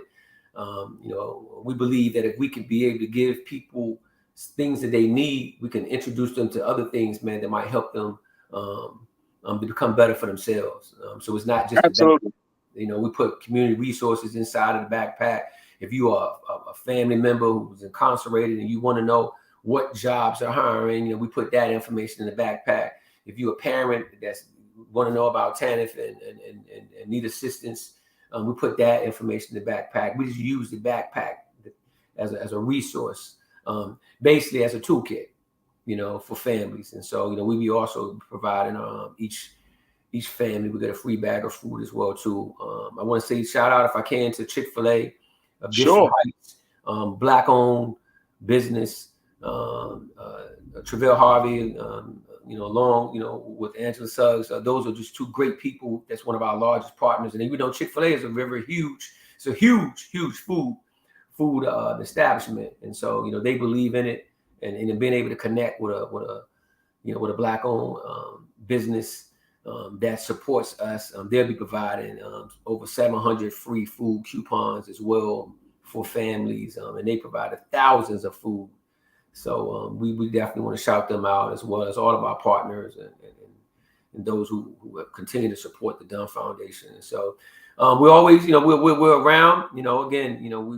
We provide support in the DMV area. We also, even as far as Baltimore as well, we provide support. So, we want to continue to be able to do that. And so I definitely look forward to coming back on. Like I said, I do want to share also too with everyone that in life, you are going to have some challenges that are going to happen. One is give yourself credit. Don't chase too far about where you need to go without being appreciative of where you already came from. Focus on that as well too. As Jay-Z said it, man, you're already at the finish line with the flag waving, man. All you got to do is just keep running. But don't forget the fact of where you ran from. Don't lose sight with that. A lot of times, man, we're trying to chase places you want to go and forgetting about how far we already came. So give yourself a little bit more credit as our community and through our struggles. Heart, the 3 H's of life: heart, hard work, and humbleness. I believe in that. I live by that creed. And if I can leave those words for everyone, and I definitely look forward to coming back on the show. You can check out Dunn's Inspirational Words, Broken Wings 2, which is, I'm an author as well. So Inspirational Words, or follow us on Instagram at Dunn Foundation as well for inspirational words and inspirational support, as well as resources of support in the community. So I believe in our community. As you say, we are the culture. We are the culture. So if we can every day, if we can wake up to that, and if we can go to sleep to that, there's nothing you can't get past. It is. Dr. William Dunn, professor, author, speaker. Thank you so much, dear brother. We truly love and appreciate you, man. Thank you for being so good for the culture, Doc. Thank you. I appreciate it. Absolutely. All right, folks. Thank you so much for tuning in. Stay tuned at 6 o'clock Eastern Standard Time. It's Roland Martin Unfiltered. Check out my big brother as they continue to have the very, very big conversations about what's going on. So stay tuned for that. As always, never be afraid to challenge what's wrong. Stand for what's right while being yourself in the process. God willing, we'll talk tomorrow for another exciting edition of The Culture right here on the Black Star Network. Peace.